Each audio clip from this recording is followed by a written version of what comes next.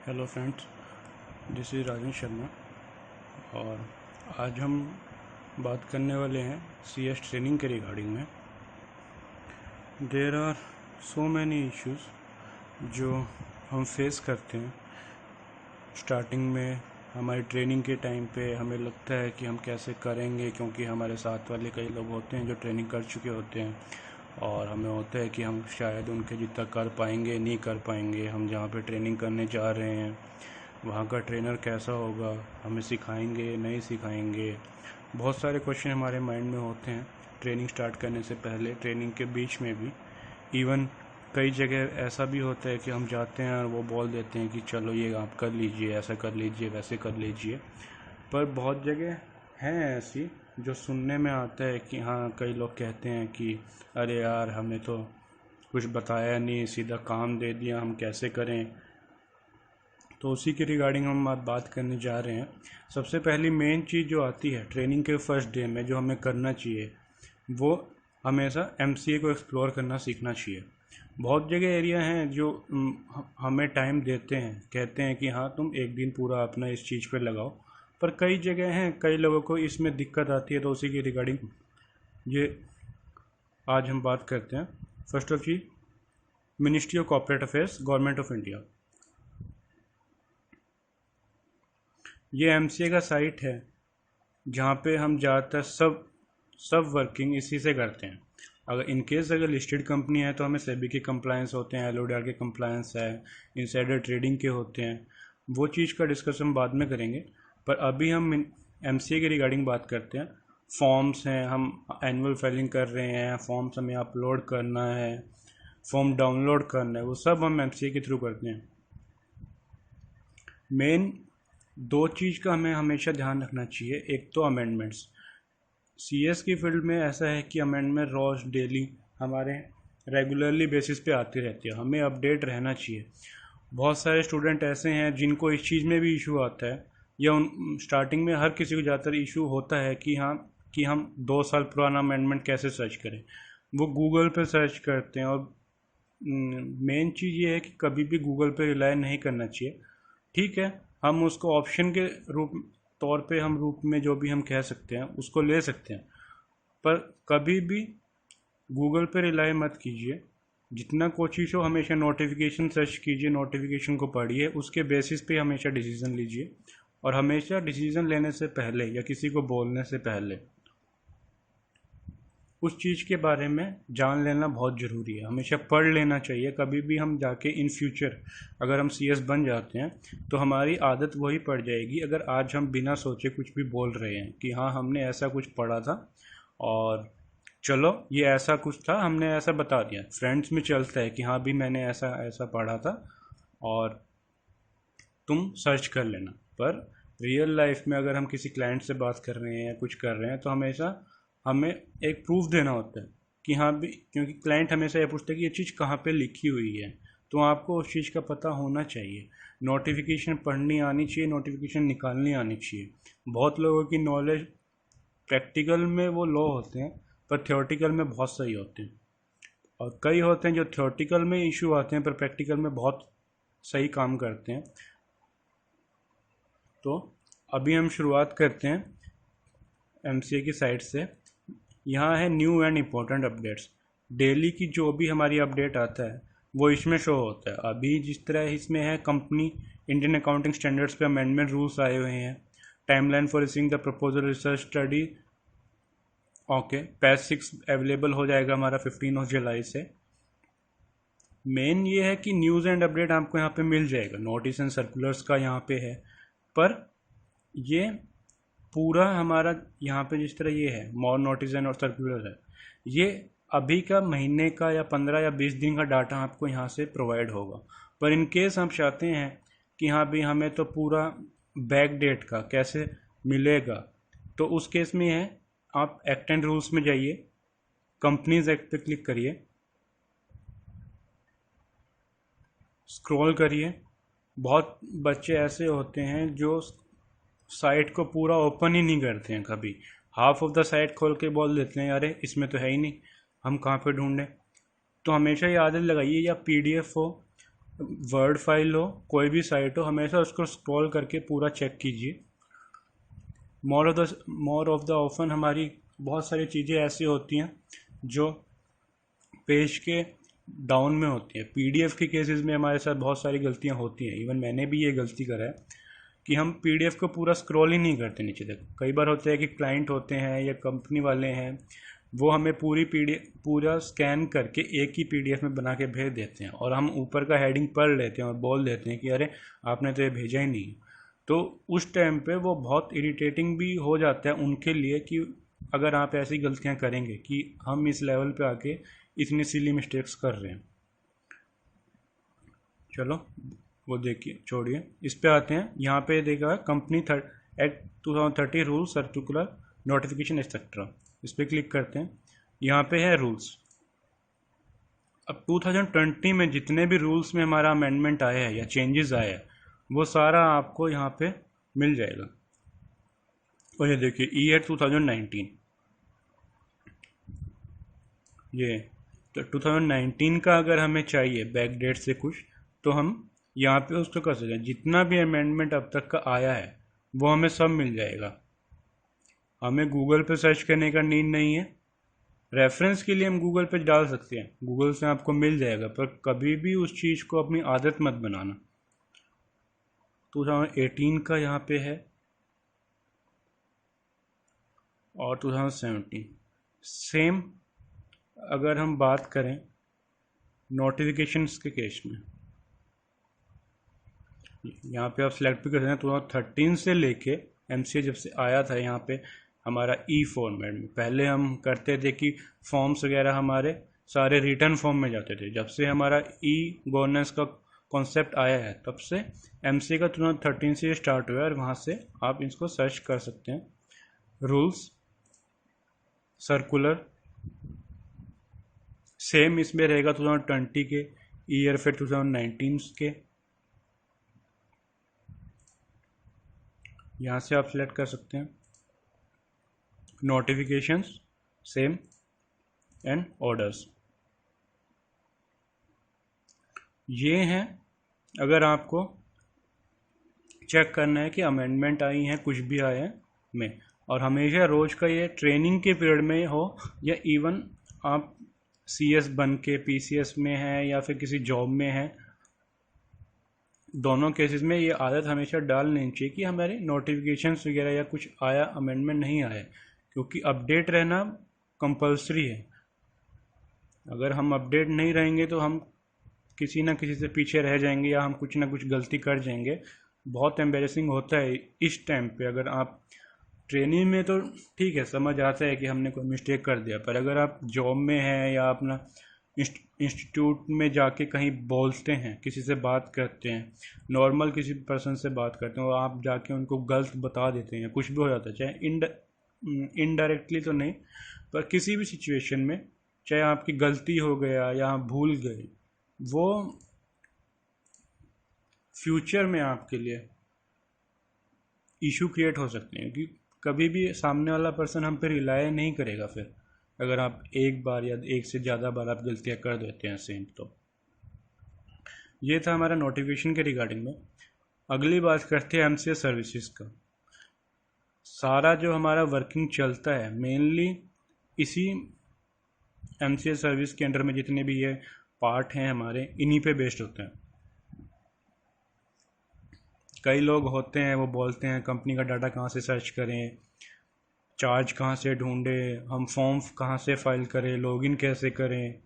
Login का बहुत लोगों का इशू ये रहता है कि क्या लॉगिन हम ट्रेनी भी कर सकते हैं, अपनी आईडी खुद बना सकते हैं, या फिर जो पीसीएस हैं या फिर जो कंपनी है सिर्फ वही लॉगिन कर सकते हैं, अपनी आईडी क्रिएट कर सकते हैं। तो ऐसा नहीं है।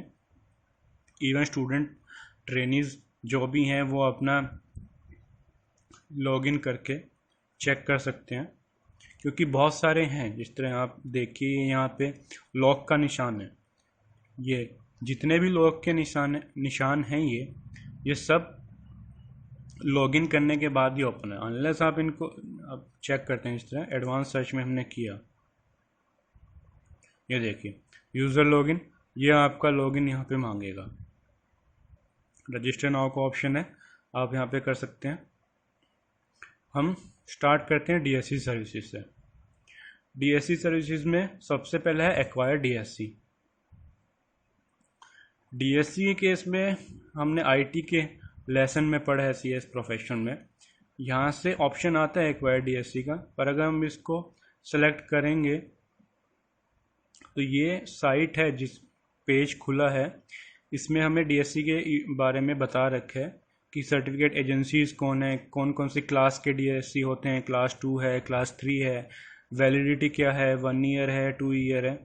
पर बेसिकली जो हम डीएससी बनवाते हैं वो किसी सर्टिफाइड अथॉरिटीज़ होती हैं, कोई सीए होते हैं, सीएस होते हैं, जो इस चीज़ के रिगार्डिंग में इनको लाइसेंस लेना पड़ता है, तभी वो लोग डीएससी इशू कर सकते हैं। हम अगर नॉर्मली हम खुद से जनरेट करना चाहते हैं तो वो वैसा नहीं होगा। बहुत साइट्स हैं आजकल जो सर्विसेज प्रोवाइड करती हैं इस चीज़ के रिगार्डिंग में, ऑनलाइन हम डीएससी बनवा सकते हैं। एक्वायर डीएससी का सेम मोटिव वही है। अगर हमको डीएससी लेना है, कोई डायरेक्टर बनना चाहता है कंपनी में, तो उसका डीएससी होना मैंडेटरी है। सेकंड चीज़ है एसोसिएट डीएससी का। एसोसिएट डीएससी का मतलब क्या होता है, जब हमारा डीएससी बन जाता है और हमारे पास आ जाता है तो हमें उसको एमसीए पे एसोसिएट करना होता है, मतलब लिंक करना होता है कि हम किस कैटेगरी में जाके फ्यूचर में जाके हम अपना डीएससी का यूज़ करेंगे। सेलेक्ट द रोल है जिस तरह इसमें सेलेक्ट, अब एज ए डायरेक्टर हम उसको एसोसिएट करेंगे, मैनेजर है, कोई प्रोफेशनल है, ऑथराइज रिप्रेजेंटेटिव है, नोडल ऑफिसर है।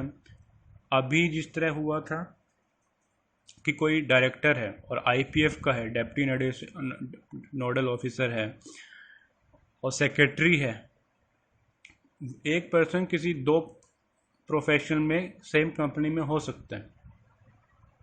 तो उस केस में हमें जो डीएससी होता है दोनों उसमें हमें एसोसिएट करना पड़ेगा, अनलेस वो उस चीज़ को कैप्शन नहीं करेगा। अगर हम किसी फॉर्म में फाइल करने जा रहे हैं उसको, अगर हम डायरेक्टर का हमने रोल उनका चूज़ किया हुआ है तो अगर हम डीएससी लगाते हैं तो डायरेक्टर का ही लेगा उसमें। इन केस अगर हमने वही पर्सन सेक्रेटरी है, सीएस है, उसमें सीएस तो नहीं हो सकता है, कोई और है बंदा प्रोफेशनल में है या किसी भी पोजीशन में है, सीएफओ में होता है जिस तरह, तो उनको अलग से उस एरिया में फिर से एसोसिएट करना पड़ेगा डीएससी, तो उसके बाद ही वो उस चीज़ को यूज़ कर पाएंगे, अनलेस वो यूज़ नहीं होगा। एसोसिएट का ये कॉन्सेप्ट है अपडेट डीएससी।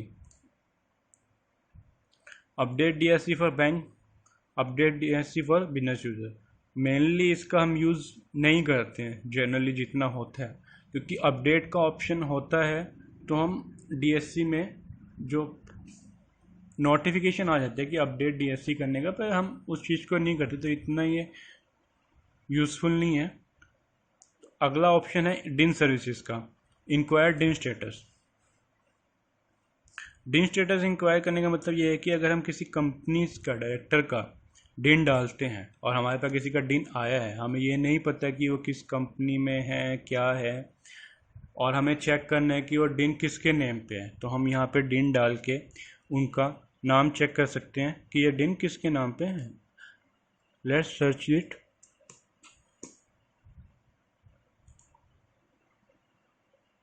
एमसीए सर्विसेज में जाके अगर हम व्यू कंपनी और एलएलपी मास्टर डाटा करते हैं तो हम किसी भी कंपनी का, रजिस्टर्ड कंपनी का डाटा निकाल सकते हैं।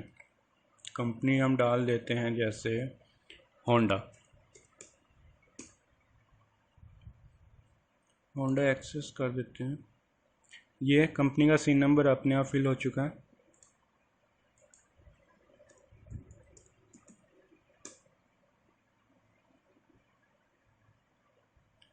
इसको हम मास्टर डाटा कहते हैं, इसके बारे में बाद में बात करेंगे।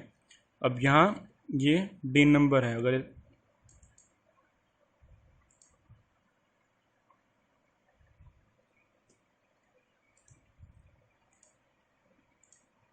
अब ये डिन हम यहाँ पेस्ट करते हैं, सबमिट करते हैं, तो ये देखिए डिन नेम, डायरेक्टर का name, Gaku Nakanishi, DIN status approved.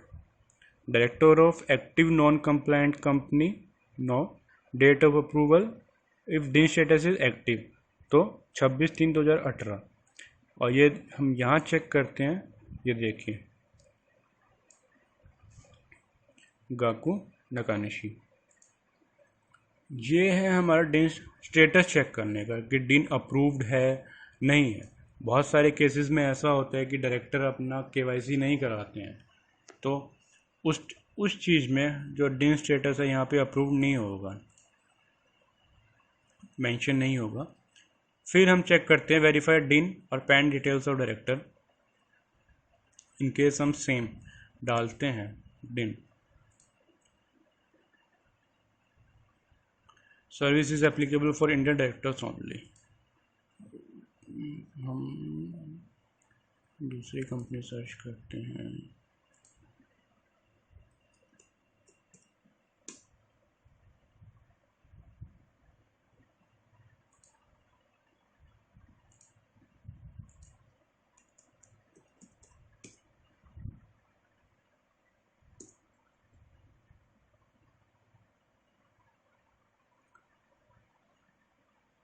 Raman Kumar Sharma, ये इंडियन लो है।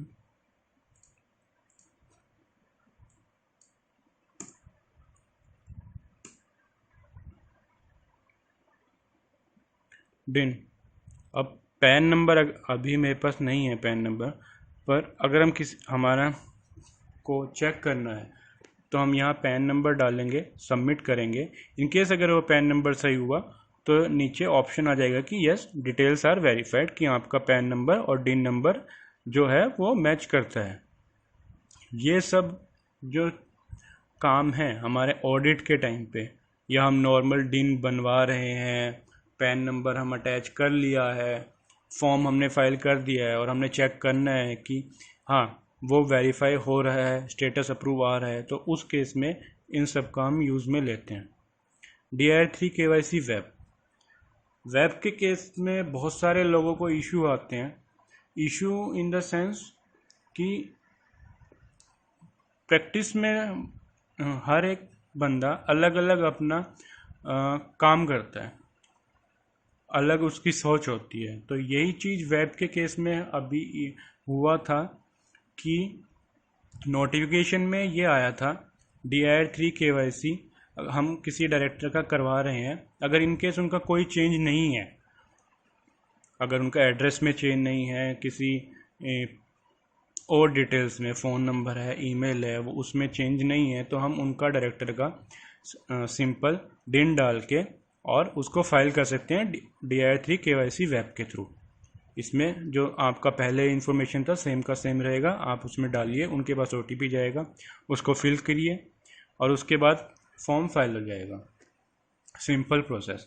पर बहुत केसेस में तो ऐसा होता है कि हमारा एड्रेस चेंज हो गया, या हमारा फ़ोन नंबर चेंज हो गया, या डायरेक्टर का किसी का ईमेल एड्रेस चेंज हो गया। अगर वो चीज़ चेंज करनी है तो वो फॉर्म यूज़ करते हैं DIR3 KYC, जो बिल्कुल गलत है। DIR3 KYC का नोटिफिकेशन आया था, उसमें प्रॉपरली ये मेंशन था कि इनकेस आपका मोबाइल नंबर और ईमेल आईडी में कोई चेंज है तो आप DIR3 का फॉर्म का यूज़ करिए। पर कई लोग हैं प्रैक्टिस में वो ऐसे करते हैं कि आपका एड्रेस चेंज है तो भी DIR3 KYC से फाइल कर देते हैं, वो गलत है। जनरली हमें उस चीज़ को वैसा नहीं करना चाहिए। रीज़न ये है कि हमें वो चीज़ DIR6 के थ्रू फाइल करनी चाहिए। जितना भी चेंज है वो सारा DIR6 में आप फाइल कीजिए, क्योंकि अनलेस उस चीज़ का फिर वैलिडिटी ख़त्म हो जाती है कि हम अगर सब चीज़ हम DIR3 से कर सकते थे या कर सकते हैं तो क्यों DIR6 हमारा फॉर्म अभी भी है, कि उसकी फिर नीड क्या है। तो इसलिए मेनली प्रैक्टिस में कर रहे हैं, करेंगे, लोग करते हैं, पर जो प्रैक्टिस हमें करनी चाहिए उसमें यही है, अगर आपका फ़ोन नंबर और ईमेल आईडी है तो आप DIR3 का फॉर्म यूज़ करिए, अनलेस आप DIR6 से जितने भी चेंजेस है वो सारे उसमें करिए। मास्टर डाटा में हम आते हैं view company LLP master data, जो हमने अभी देखा था। कंपनी का डालते हैं तो ये कंपनी का मास्टर डाटा यहाँ पे क्लियर हो जाता है। और इसमें आरओसी कोड है, कानपुर की कंपनी है, रजिस्ट्रेशन नंबर है, लिमिटेड बाय शेयर्स है, सब्सिडरी है फॉरेन कंपनी की, ऑथराइज शेयर कैपिटल है, पेड अप कैपिटल है, इनकॉर्पोरेशन कब हुआ था, रजिस्टर्ड एड्रेस कब का है, आरओ के अलावा अगर कोई रजिस्टर्ड एड्रेस है, ईमेल आईडी, कंपनी लिस्टेड है लिस्टेड नहीं है, चार्ज का डिटेल और डायरेक्टर का डिटेल। ये हमारा सारा ये होगा। इंडेक्स ऑफ चार्जेस, अगर हमें कंपनी के चार्ज चेक करने के कितने हैं, तो अब अभी दो चीज़ें होती हैं। कई लोग कहते हैं अरे चार्ज तो हमें यहाँ शो हो रहे हैं। कभी भी चार्ज को मास्टर डाटा से चेक मत कीजिए, चार्ज का डिटेल प्रॉपर इसमें नहीं आता है। चार्ज का डिटेल हमेशा इंडेक्स ऑफ चार्ज से चेक कीजिए। कंपनी अगर हम सर्च करते हैं,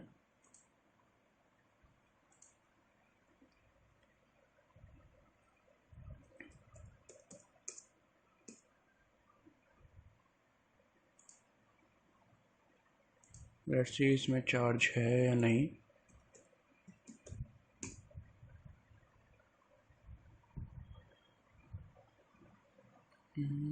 चार्ज क्लोज, स्टेटस क्लोज है।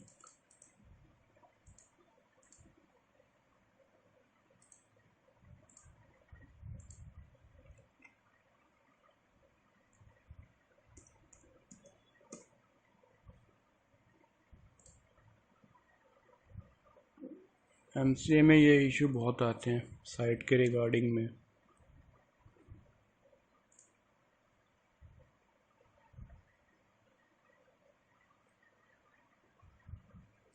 Most of the time annual filing के टाइम में सर्वर डाउन हो जाता है, रात रात तक बैठ के फॉर्म फाइल करने पड़ते हैं।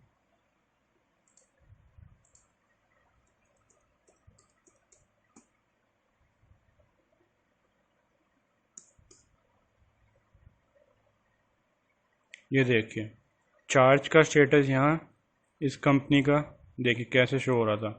चार्ज अमाउंट था, क्रिएशन था, मॉडिफिकेशन था, क्लोज, स्टेटस क्लोज।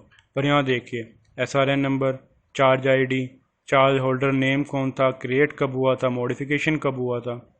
इन कंपनी का एक ही था जो क्लोज हो चुका है, सेटिस्फाई हो गया था 2017 में, मतलब वो क्लोज हो चुका है।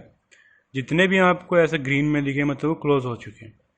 और इन केस अगर कोई चार्ज इनका पेंडिंग होता, अभी चल रहा होता, तो वो यहाँ मेंशन होता।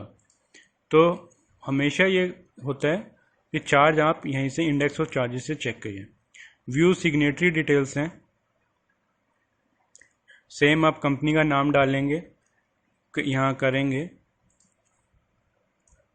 अगर हम करते हैं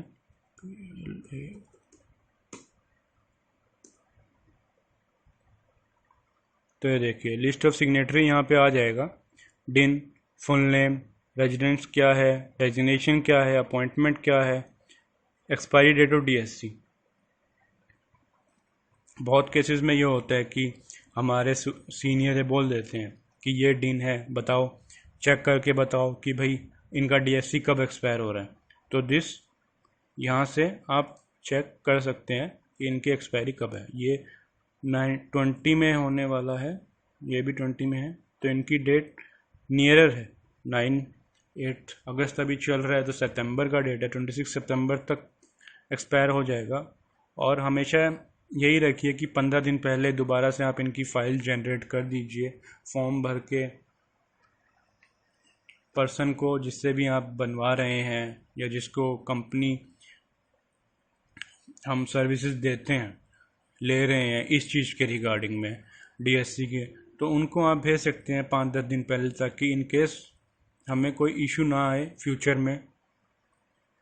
view companies director under prosecution, कोई भी कंपनी प्रोसिक्यूशन में है या कोई डायरेक्टर है तो हम वो यहाँ से चेक कर सकते हैं।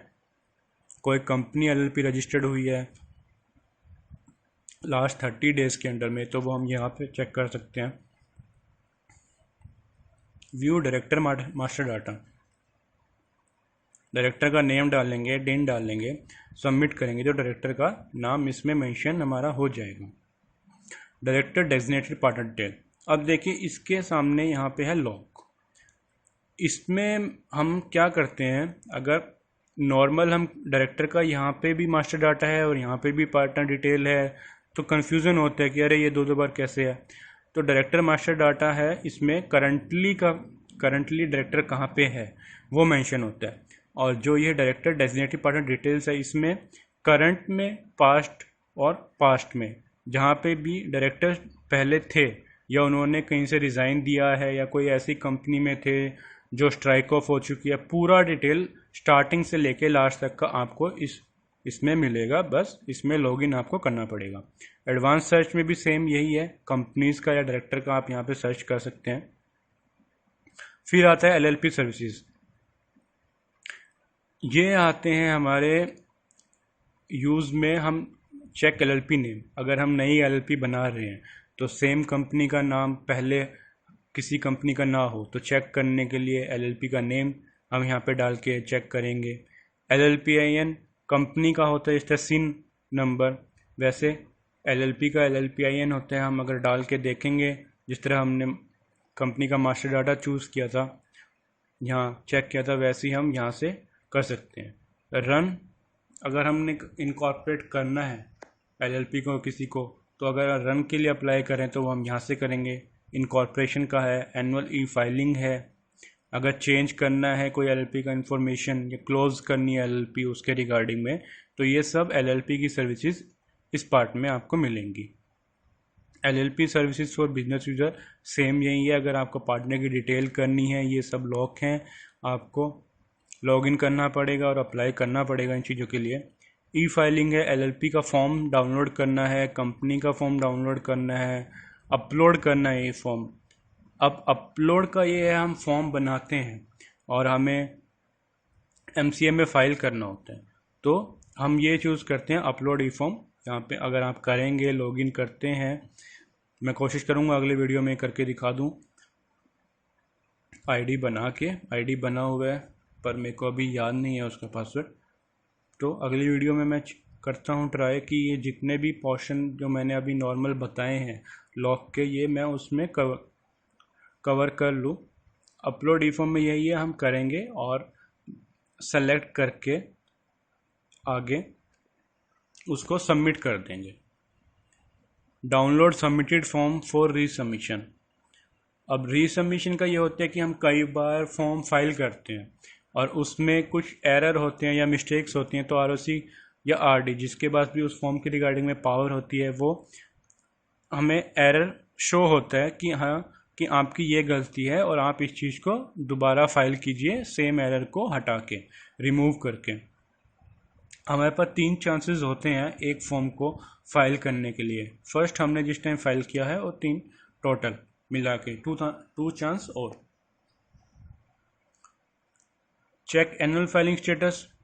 एनुअल फाइलिंग स्टेटस हम यहाँ से भी चेक कर सकते हैं और कंपनी के डाटा में जाके भी हम चेक कर सकते हैं। उसमें भी हमें दिखता है कि हमने लास्ट फाइलिंग कब करा है। अपलोड डिटेल और सिक्योरिटी होल्डर, डिबेंचर होल्डर, ये हम लिस्टेड कंपनी है कोई, उसके केसेस में हम डालते हैं। अगर किसी कंपनी के डिबेंचर्स हैं, सिक्योरिटी होल्डर्स हैं, उनका डिटेल्स अगर हमने फाइल करना है तो उस केस में। अपडेट सब्सिडरी डिटेल्स, किसी कंपनी की सब्सिडरीज हैं, उस केस में हम इसका यूज़ करते हैं। कंपनी सर्विसेज, ये अब सब अगर हम इनकॉर्पोरेशन से रिलेटेड काम कर रहे हैं तो उस केस में हम यूज़ होता है स्पाइस प्लस। पहले हम स्पाइस का यूज़ करते थे, अब spice plus form web based आ गया है। अब सारा जितना भी है, अगर हम कंपनी इनकॉर्पोरेट कर रहे हैं तो वो स्पाइस प्लस के थ्रू होता है। Incorporation, compliance filing, approval services, same जो हमने LLP सर्विसेज में यहाँ चेक किया था सेम यहाँ पे है। कंप्लेंट में हम देखते हैं क्रिएट सर्विस रिलेटेड कंप्लेंट। बहुत टाइम ऐसा होता है कि फॉर्म में कुछ एरर होता है या फिर हम कोई चीज़ फाइल कर रहे हैं तो उसमें एरर आ रहा है। तो अगर आपको ROC को कंप्लेंट रेज करना है या मेल के थ्रू, जनरल हमें नहीं पता होता है कि हाँ भाई हम किस पर्टिकुलरली पर्सन को मेल करें, या समटाइम्स हम MCA में अगर जाके पूछें तो पर्सनल वो देते भी नहीं है ऐसे। इसलिए कंप्लेंट्स में आके अगर हम यहाँ पे क्रिएट करते हैं, हम अपने इशू डाल सकते हैं। नेम ऑफ पर्सन क्या है, सिटी, कंट्री। अब ये देखिए ईमेल आईडी का हम भर देते हैं। टाइप क्या चीज़ का है, हमारी कंपनी है। कैटेगरी क्या है, किसके रिलेटेड हमें इशू आ रहा है, तो हम इन सब में डाल सकते हैं। मतलब हमने डिन चूज़ करते हैं। सब कैटेगरी क्या है, DIR3 है, OTP रिलेटेड है कि हमें OTP रिसीव नहीं हो रहा। Please ensure that the direct mobile number to which the OTP is sent is provided in the description of the problem and DIN is mandatory. इस तरह के इशू है, हम यहाँ पे सारा अपने डिटेल भर के यहाँ पे सबमिट कर देते हैं और उसके बाद में जो हमारा रजिस्टर्ड हमने ईमेल आईडी यहाँ मेंशन किया है उस पर उनका उस चीज़ के रिगार्डिंग में रिप्लाई आ जाता है। एक जनरेट होता है नंबर, अगर हमें ट्रैक करना हो तो हम ट्रैक कर सकते हैं। क्रिएट इन्वेस्टर सीरियस कंप्लेंट है तो हम यहाँ कर सकते हैं, अगर उसको हमने ट्रैक करना है। कोई फीडबैक वगैरह देना या एम्प्लॉयज़ की ग्रीवेंसेस हैं तो कंप्लेंट का बटन सारा हम यहाँ से चेक कर सकते हैं। अब डॉक्यूमेंट रिलेटेड सर्विसेज हैं, बहुत सारे कंपनी होते हैं, हमने कंपनी लॉ में पढ़ा है कि हम इंस्पेक्शन कर सकते हैं, पब्लिक डॉक्यूमेंट ले सकते हैं, 100 रुपये हमारी फ़ीस लगती है। पर कई बार होता है कि हम कहाँ पे जाके ढूंढे, अरे हमें तो मिला नहीं। तो ये है कि व्यू पब्लिक डॉक्यूमेंट में आप जाइए। अब कंपनी का नाम डालते हैं हम, मान लीजिए, या कंपनी का आप सिन डालते हैं, रजिस्ट्रेशन नंबर पता है तो वो डालिए। अब कंपनी का हम नाम डाल देते हैं Honda Access India private limited Indian, submit. अब ये है कंपनी का सिन, यहाँ से आ गया है। अब ये देखिए, select document category and year of filing, हमें किस चीज़ के रिगार्डिंग में इंस्पेक्शन करना है। अब हम चाहते हैं कि इनके चार्ज के रिगार्डिंग हमें इंफॉर्मेशन देखनी है, और ईयर ऑफ फाइलिंग अगर 2008 लेते हैं, सबमिट करते हैं, तो इस रिगार्डिंग में इनका कोई फॉर्म उस टाइम में फाइल नहीं हुआ है। अगर हम 2017 का करते हैं, इसमें भी कोई फाइल नहीं हुआ है। एनुअल रिटर्न्स हैं, सबमिट। अब ये देखिए फॉर्म, ये 2 फॉर्म है, AOC फॉर एक्स बैरल और MJT7, जो कंपनी ने फाइल किए हैं इस टेन्योर के अंडर में। अगर हम देखना चाहते हैं तो इसको हम add this company to cart, और बाद में हम पेमेंट कर सकते हैं यहाँ से 100 रुपीज़ पे करके। स्कैन डॉक्यूमेंट्स, ये तीनों सेम वर्किंग में काम करते हैं।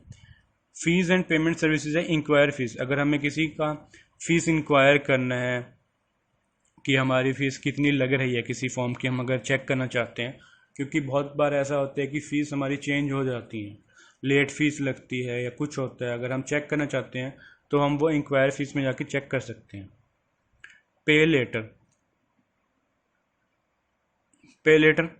पे लेटर का हम ये होता है, अगर जब हम फॉर्म अपलोड करते हैं तो हम उसको पे लेटर कैटेगरी में डाल देते हैं। अगर हम कि अभी हम चलान, अगर या तो हम नॉर्मली सेम टाइम पे अप्लाई कर दें, सेम टाइम पे पेमेंट कर दें, तो उस टाइम चलान जनरेट हो जाता है। पर एक ऑप्शन यहाँ पे ये भी है कि आप फॉर्म फाइल कर दीजिए, पे लेटर फाइल करिए, और 7 दिन के अंदर आपको उस फॉर्म के रिगार्डिंग में पेमेंट करना होता है।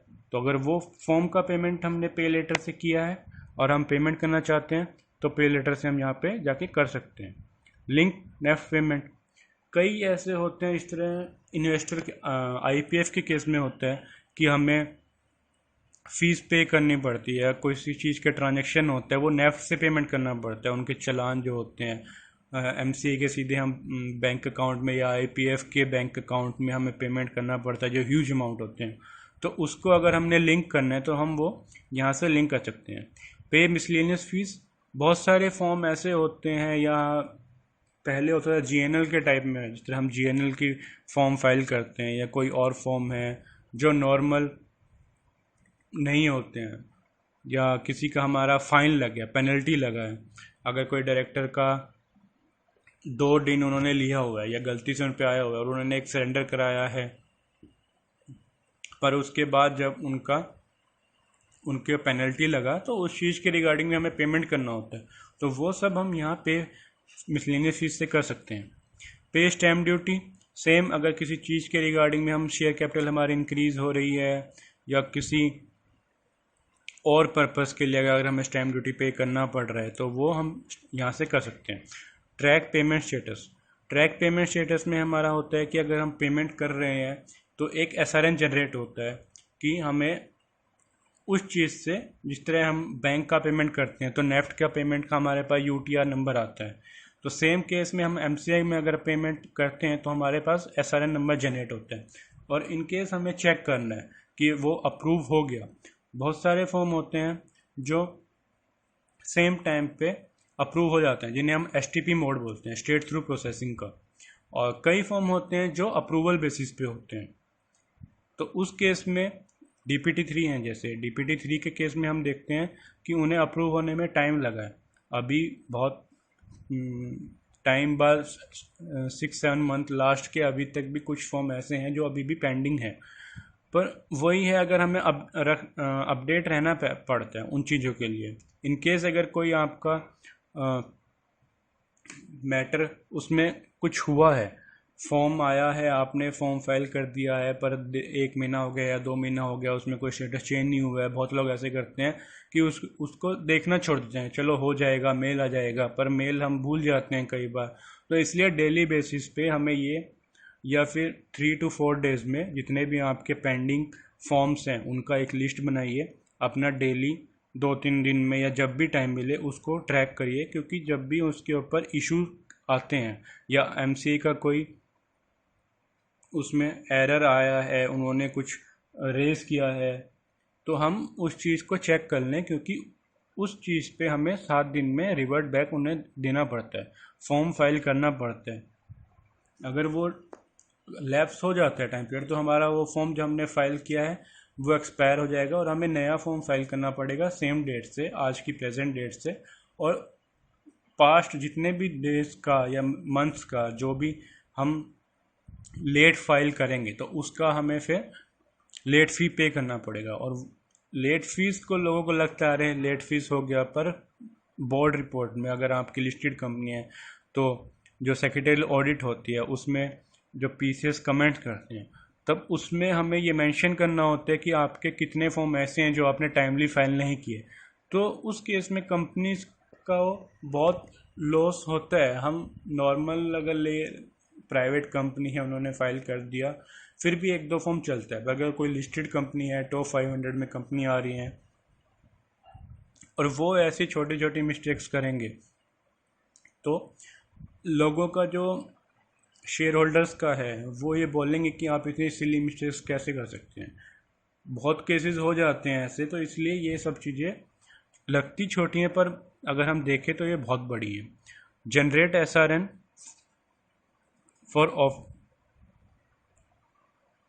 फॉर ऑफलाइन पेमेंट, सेम वही है कि अगर हम ऑफलाइन पेमेंट हमें करना है तो उसके लिए हम जनरेट करें SRN।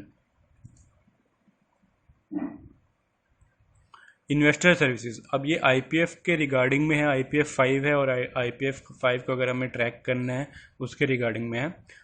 ID data bank registration का अभी हमारा आया था कि हमें हर ID को डाटा बैंक में उनको रजिस्टर करवाना पड़ेगा, इंडिविजुअल है या कॉर्पोरेट है, तो उसको हम यहाँ से इंडिविजुअल में जाके इंडिविजुअल कैटेगरी में फ़ाइल हम कर सकते हैं। इनका भी फॉर्म है, वेब बेस्ड ही है, सारा डिटेल आपको यहीं ऑनलाइन इसको फिल करना है, आपको एक रिसिप्ट होगा, फिर आप उसको ट्रैक भी कर सकते हैं। Track SRN transaction status same यही है, पेमेंट स्टेटस का था कि हम इसमें जाके कर सकते हैं, और इसमें 7 डेज़ के पीरियड में, अगर आज है 10, तो मैं 3 अगस्त से लेके 10 अगस्त तक, 3 से 10 अगस्त तक उस चीज़ को ट्रैक कर सकता हूँ। 7 से ज़्यादा अगर टाइम पीरियड होता है तो वो उस चीज़ को नहीं लेता है। 7 दिन के अंदर में हम जितने फाइल किए हैं फॉर्म, तो हम वो सब चेक कर सकते हैं। Address for sending physical copy और ट्रेडमार्क नोटिस अंडर सेक्शन 248, इनका इतना रोल नहीं होता है वैसे हमारे उसमें। अगर हम नॉर्मल फर्म में काम कर रहे हैं, अगर कंपनीज में काम कर रहे हैं, तो एवरीथिंग इज़ इम्पोर्टेंट। तो ये जो आज का था MCS सर्विसेज के रिगार्डिंग में, कभी भी हो, ट्रेनिंग में हो, एक दिन पूरा इसमें लगाइए, अपना ID खुद से बनाओ, अपना सर्च करो चीज़ें, 2-3 कंपनीज का नाम ढूंढो, कंपनी देखो, कंपनी मास्टर डाटा चेक करो, चार्ज की डिटेल चेक करो, और इन सब चीज़ों को आपको पॉइंट टू पॉइंट याद रखना चाहिए, क्योंकि जनरली कभी भी आता हो तो आपको ये ना हो कि अरे ये कहाँ पे था, मैंने पढ़ा था पर मिल नहीं रहा है। वैसा नहीं होना चाहिए। 2 दिन अपना प्रॉपर इसमें लगाओ, एक दिन अपना प्योर पढ़ो इस चीज़ को, पूरा ट्रैक करो। एक अमेंडमेंट और MCA सर्विसेज के रिगार्डिंग में ये 2 चीज़ें अपना क्लियर करके रखें, तो इन फ्यूचर हमें इशू नहीं आते हैं। हम स्पीड होता है कि हमारा स्पीड बढ़ जाएगा काम करने का, अगर हम चीज़ें पता होगा। अगर कोई हमारे सीनियर बोलते हैं इस कंपनी का मास्टर डाटा बताओ, तो हमारे माइंड में ये होना चाहिए कंपनी का मास्टर डाटा हमें यहाँ मिलता है और कहीं नहीं मिलता है, तो हमें सिर्फ यहाँ सर्च करना है, उनको बताना है। जितना जल्दी हम ग्रिप बना सकते हैं किसी चीज़ पे, तो हमें वो बना के चलनी चाहिए। जितना हम अपने आप को फर्निश कर सकते हैं स्टार्टिंग में ट्रेनिंग के, उतना हमें करना चाहिए। ये नहीं है कि बहुत सारे केसेस में ये होता है, इवन मेरे टाइम में ये था, अभी भी ऐसा होता है कि हमें टाइमिंग के रिलेटेड होते हैं कि हम कहीं पे ज़्यादा काम करना पड़ रहा है, 10 से 7 का टाइम है, हमारे 7:30 बज रहे हैं, अरे बहुत टाइम लग रहा है, तो उस चीज़ से थोड़ा हमें बाहर निकल के चलना चाहिए। स्टार्टिंग में बहुत ज़रूरी है कि हम आधा घंटा पौना घंटा अगर कहीं पे लगा रहे हैं तो वो हमारे लिए हेल्पफुल होगा। अगर 10 बजे का टाइम है या आपके पास लैपटॉप आप खुद के पास है, तो खुद ट्राई किए कि घर पे जाके या जहाँ पे भी आप रह रहे हैं, पीजी में रह रहे हैं, फ्लैट में रह रहे हैं, घर पे जाइए, सर्च करिए, उस चीज़ पे वर्क कीजिए, ताकि अगले दिन नेक्स्ट डे आपका अपने आप पे इम्प्रूव लगेगा कि हाँ मैंने ये चीज़ सीखी है और मेरे लिए फ़ायदेमंद है। तो आज के लिए ये इतना ही है, कल एक नया टॉपिक होगा। तो इसके लिए पेज को लाइक करें, सब्सक्राइब करें, बेल आइकन पे क्लिक करें और वीडियो को लाइक करें। इन केस अगर कोई मिस्टेक आपको लगता है या कुछ है तो कमेंट करें। नेक्स्ट वीडियो में या अगले वीडियो में मैं उन चीज़ों को सुधारने की ज़रूर कोशिश करूँगा। Thank you.